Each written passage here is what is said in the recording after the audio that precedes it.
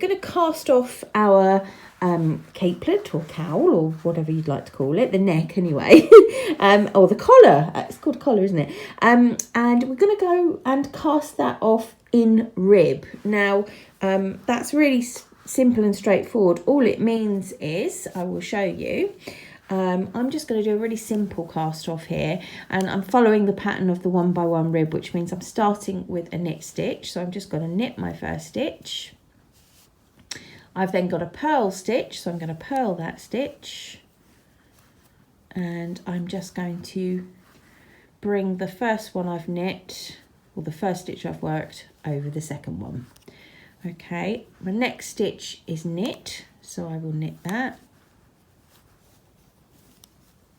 and pass the stitch that's been worked before over the top of it. Don't pull it too tight.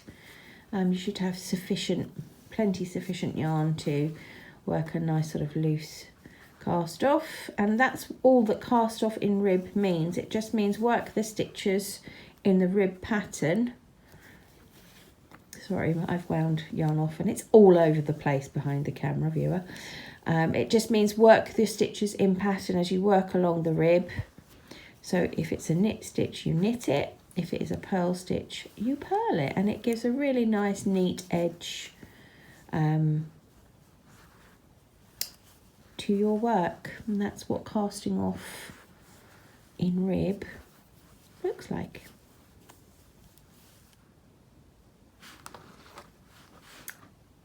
I'm on the last stitch now, and I'm just going to pull that loop a little, take my needle out. I'm going to break this yarn.